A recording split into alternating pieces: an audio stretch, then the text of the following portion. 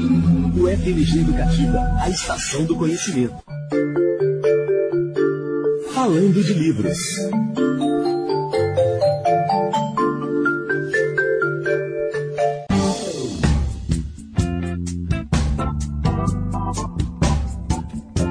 Bom dia, eu sou Michele Bruck. Nós estamos de volta com o Universo Literário para você que está nos acompanhando aqui na Estação do Conhecimento até às 10 da manhã.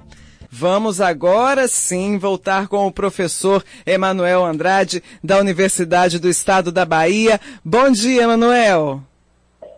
Bom dia, Michele Bruck. Bom dia aos ouvintes também da Rádio FMG. Muito obrigada pela sua participação. Prazer enorme conversar com você aqui na UFMG Educativa, viu?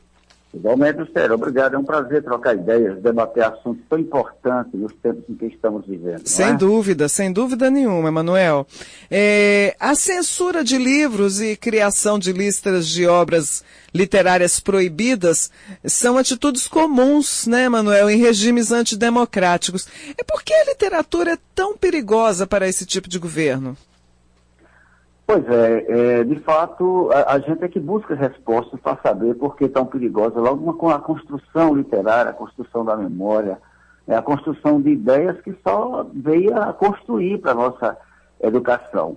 Mas, no entanto, nós, como você já colocou na abertura do programa, e a gente entende que com a imposição do AI-5, né, lá no ano de 68, nós estamos aniversariando uma efeméride tão negativa, de certa forma, a repressão política e a censura se intensificou, né? Se intensificou na época, principalmente nas artes, né, na literatura, na música, no teatro, no cinema, e tantas outras manifestações em linguagem artística, né? Então, nesse período, o setor livreiro, ele sentiu de perto esses efeitos da ditadura com o decreto, né, o 1077, que ele estendeu essa censura aos livros principalmente, né? Uhum. E aí eles alegavam, né, a censura ela procurava fazer os autores entender que estavam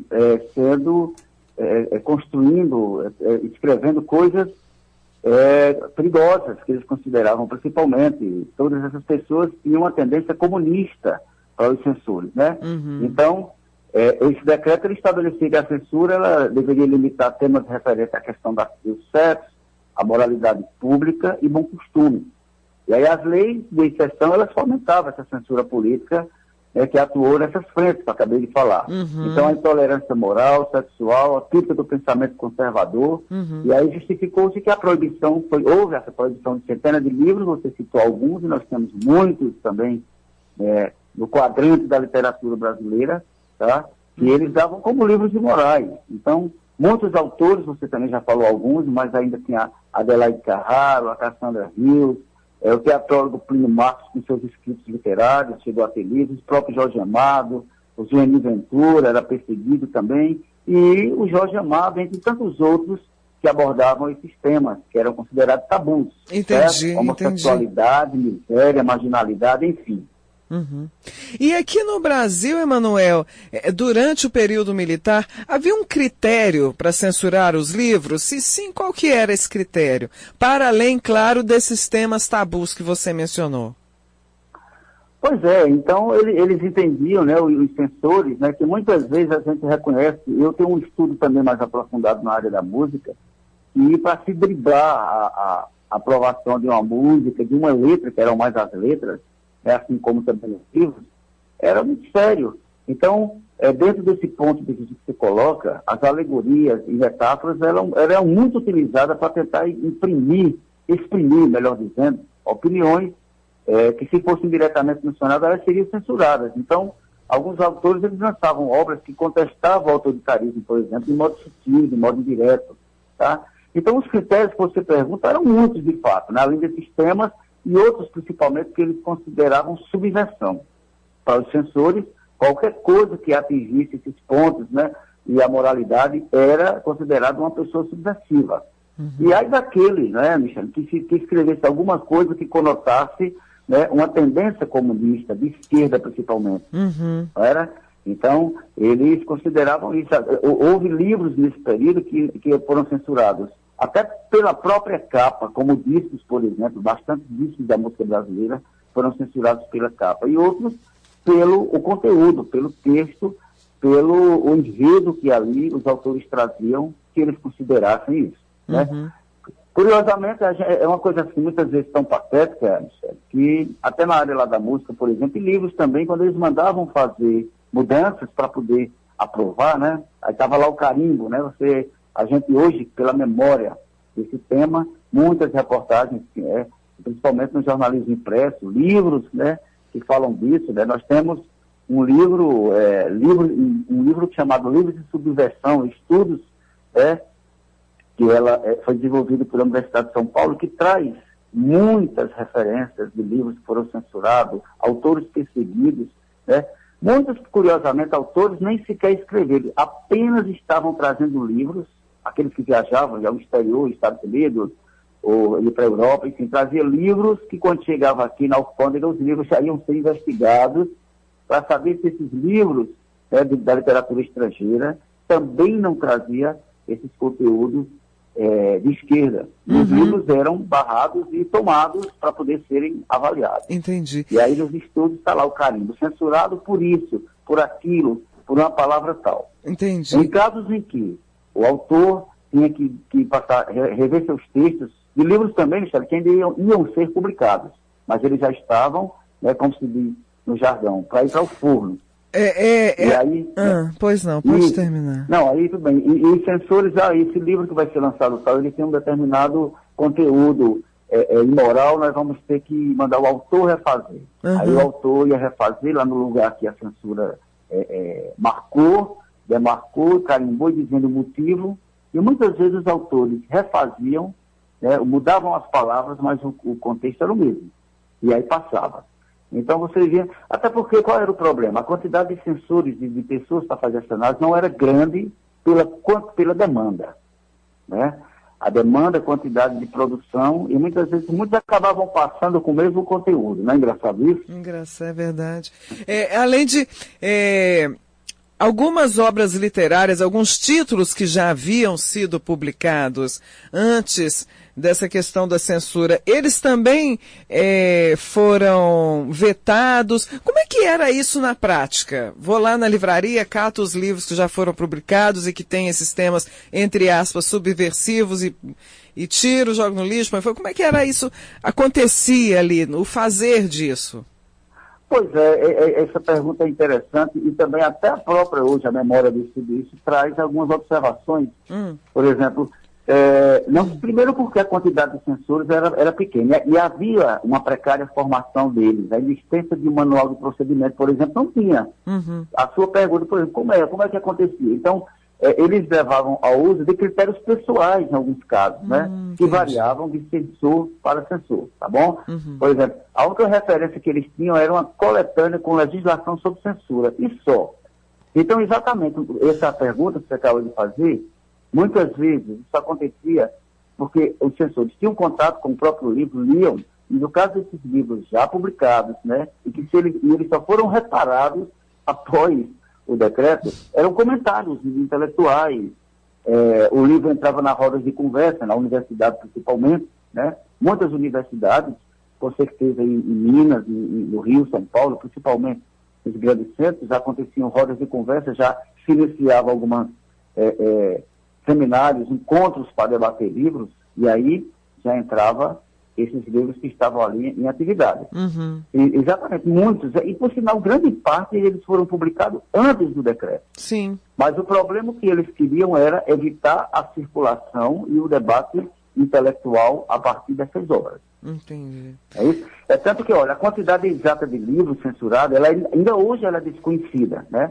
Por quê? Porque os estudos apontam que não tinham tantas editoras como nós temos hoje, editoras muito conhecidas, outras editoras pequenas, né, que funcionam até em casas de editores, mas haviam 3, 4 editoras chaves, então era fácil pelo menos eles mapearem, né, eles conterem essa análise, né, assim, bem profunda sobre esse livro, que não era tão profunda assim. Acho que nunca nenhum censor chegou a ler o livro por completo para fazer a análise, né? Entendi. Como você citou, por exemplo, Lolita, só o livro em si, para aí já era um livro imoral. É verdade, né? É verdade. E aí quando chegavam a novas remessas, elas eram censuradas. Então tinha livros que também não havia mais condições de mudar, de mexer. Então era censurada do ponto de vista de tirar de circulação. Entendi. Né?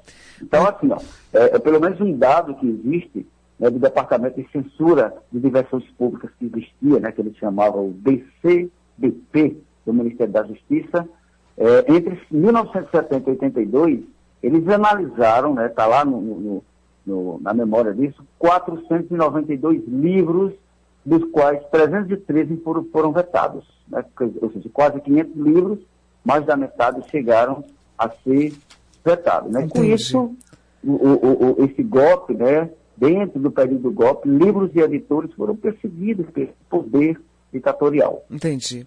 Muito bem, são 9h37. Bom dia para você que está no universo literário da UFMG Educativa. Eu sou Michele Bruck. Nós estamos conversando com o jornalista e professor da Universidade do Estado da Bahia, Emanuel Andrade, sobre a censura de livros e as consequências do ato institucional número 5 para a literatura nacional, neste dia 13 de dezembro, que se completam 50 anos da emissão do AI-5 pelo governo militar. Emanuel, você integra o projeto de pesquisa Censura a Livros da Ditadura, vinculado à USP, em que estuda a obra de Dom Helder Câmara. Qual era o teor dos escritos do bispo e por que eles foram censurados? O Dom Helder entrava também, quer dizer, a igreja era outra frente de combate à censura, né? Então, meu estudo realmente, que eu estou trabalhando hoje, no doutorado que eu estou na reta final, eu estou fazendo uma análise das reflexões, não só dos escritos, mas do próprio personagem. O Helder Câmara, ele é um cearense, né? Muitos sabem que ele iniciou sua carreira como bispo no Rio de Janeiro. Então, a história dele ela é tão complexa e ela entra nesse quadrante da censura que o Dom Helder saiu do Rio, né? A igreja o transferiu para Recife, onde ele assumiu justamente em 1964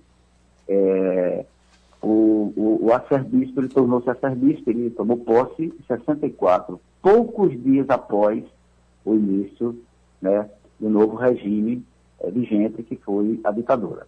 Dom Helder assumiu o arcebispado de Olinda, Recife, nesse ano, e quando chegou, já foi recebido por militares que começaram a acompanhá-lo, né, nesse processo de transição. Então, Dom Helder Câmara era um intelectual, já escreveu livros, continuou escrevendo, mas, assim, um período mais assim, agravante da história dele, a ditadura queria contê-lo, impedir de continuar com seus discursos de combate à censura e de combate aos militares. Então, Dom Helder tinha como patamar de trabalho, principalmente a imprensa. Ele era muito procurado e era muito visado. Dom Helder dava entrevistas sempre de combate aos militares. Dom Helder teve sua residência metralhada, recebia ameaças de mordaça todos os dias, né? Um padre que o acompanhava em todo o seu trabalho chegou a ser assassinado nesse período, o padre Henrique, né? Que virou filme, virou documentário, mas isso tudo era uma forma de querer calar Dom Helder.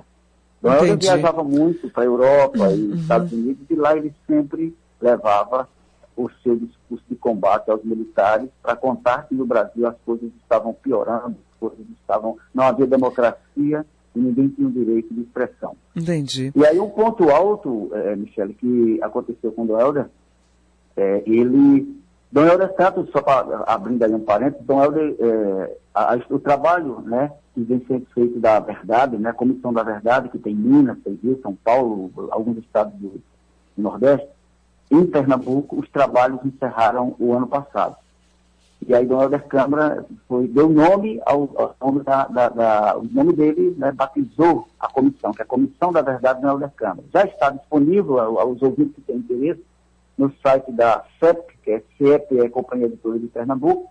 Todo o material desse processo está lá disponível para pesquisa. As cartas, as ligações telefônicas, os artigos, tudo de Dom Helder que foi apreendido pelo DOPS, já está disponível para consulta né, que os trabalhos foram encerrados. Entendi. E o ponto alto disso, que é interessante, já que nós estamos falando no meio de comunicação, Dom Helder era muito comunicativo. Ele fez TV no Rio, ele fez televisão, programas também, assim que chegou em Recife, na TV Jornal, e quando a censura pediu que Dom Helder fosse evitado por bem ou por mal, o nome dele já foi por si proibido de ser citado nos meios de comunicação, nas rádios, nos jornais. E aí o que foi que Dom Helder fez? Ele criou um programa todas as manhãs, né, chamado Bom Dia Amigos, que era na Rádio Olinda, uma rádio pertencente à Igreja Católica. E ele abria todos os dias esse programa com um texto, uma crônica. Essa crônica ela era baseada num tema do dia, que poderia ser um tema veiculado nos jornais, ou então um tema mesmo que ele criava, por exemplo, a inflação, a questão dos trabalhadores do canaviais passando necessidades, trabalhando muito, escravidão, tudo isso no campo, na área urbana, ele trazia para o programa. Agora, aí, pois não. Só concluindo, o programa era também visado, os censores em Pernambuco queriam ver todos os dias o que era o script do programa. Uhum. E algumas vezes também exigia fazer esse corte do programa. E hoje, já que nós estamos falando de livros, foi publicado um livro, né, sobre esse programa, não bem os programas, todas as crônicas do programa foram publicadas num livro pela CEP ano passado, em que, inclusive, eu estou trabalhando esse livro como um capítulo da pesquisa. Tá. Qual era o teor dos argumentos de Dom Helder? E apesar de toda a censura à cultura que o AI-5 promoveu, e talvez justamente por conta dela, o período da ditadura militar também fez florescer aí movimentos musicais e artísticos muito ricos no nosso país, né, Manuel? Isso aconteceu no campo da literatura. Como é que os escritores reagiram à repressão? Pois é, eu acho que, como você me colocou, isso aconteceu nesse território da cultura num período até recente, por curiosidade, porque ainda assim, lembremos que 64, 65, 66, a partir daí começaram os festivais de música, que ficaram muito famosos, né? Para a nossa memória, 67, 68, Festival da Record, Festival Internacional da Canção e da Globo, né? E aí também eles estavam acompanhando ali, na frente daqueles festivais, para ver o que era que acontecia. Os festivais, pelo menos, aconteceram direitinho, mas depois essas pessoas foram, muitos deles, escritores, como você bem coloca, e compositores, foram, né, perseguidos e muitos tiveram de se exilar, se auto-exilar fora do país, porque foi quando o AI-5 também aumentou a sua mordaça. Né? Ela houve fases mais leves, não digamos leves, mas houve fases piores. Foi justamente esse. Enquanto uns foram exilados, outros foram perseguidos, torturados, mortos e desaparecidos, né? Certo. Então, o que muitos faziam mesmo, que a gente entende, então a gente, que é jovem, veio acompanhar isso já muito mais agora nos nossos estudos, vê que muitos foram trabalhar fora do país, escrever lá fora, compor lá fora, depois voltaram, né? Porque continuaram perseguidos. Então, muitos se comportaram dessa forma. Alguns foram dar aulas, se calaram, se esconderam. Muitos não tiveram essa sorte, sumiram mesmo, né? É verdade. Foram dados como desaparecidos. É verdade. E outros continuaram fazendo, Michel, sua produção musical e literária de uma maneira mais cuidadosa, né? Para que não fossem também perseguidos eles já eram, digamos assim, torturados, presos e torturados. Né?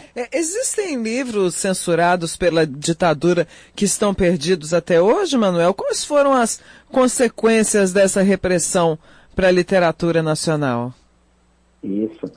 As consequências foram várias, né? Elas tiveram vários segmentos. Assim, muitos realmente livros saíram de cenas, foram queimados. Você lembra bem que na história a gente teve livros queimados em praça pública, né? Por eles. Outros também não saíram mais, vieram sair agora, já depois do regime democrático, né?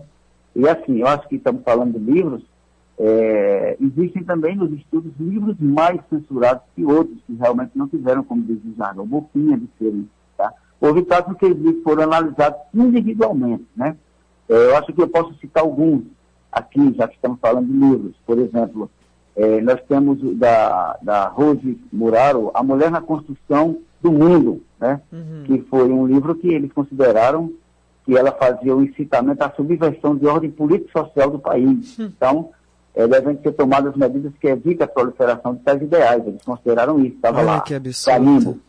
Teve um livro do ex-nosso presidente, o ex-presidente Fernando Henrique Cardoso, que foi um livro sobre autoritarismo e democratização, né? A obra ela faria uma doutrinação comunista, de massificação, né? Demonstrando sua bitolagem aos dogmas marxistas, o que os censores disseram, manipulando os fatos históricos. Eles falavam que o Fernando Henrique queria reverter a manipulação dos fatos históricos. Então, outro livro que ele foi analisado por uma comissão única, porque era um livro considerado de grande teor, né? Marxista, comunista, enfim. Teve também o livro da Cassandra Reis, né? A Paranoica, em que eles diziam que as descrições dos atos sexuais elas eram feitas nos seus mínimos detalhes e ali o homossexualismo, a violência e o conteúdo do livro era deprimente. Então aquilo ali era contra a moral, os mais costumes, e os leitores brasileiros não poderiam fazer isso. E para driblar, então, assim, aí dentro dessa sua pergunta, estudos apontam, por exemplo, as editoras não fecharam, não morreram ali. Mas muitas editoras, principalmente, haviam duas no Brasil que elas eram de bons feitios para os censores, para o AI-5, para a ditadura. Então, eles eram que manipulavam a publicação de livros, dizendo como devia ser, para onde devia ir. Principalmente os livros adotados pelo Ministério da Educação. Lógico. Nós sabemos que nesse período da ditadura, os livros publicados que chegavam nas escolas tinham, de fato, carimbo de aprovação, né, do governo militar. É verdade. Censura de censores, principalmente, né? E muitos outros livros, né? Porque a gente precisaria de um programa só para isso, para citar. É verdade.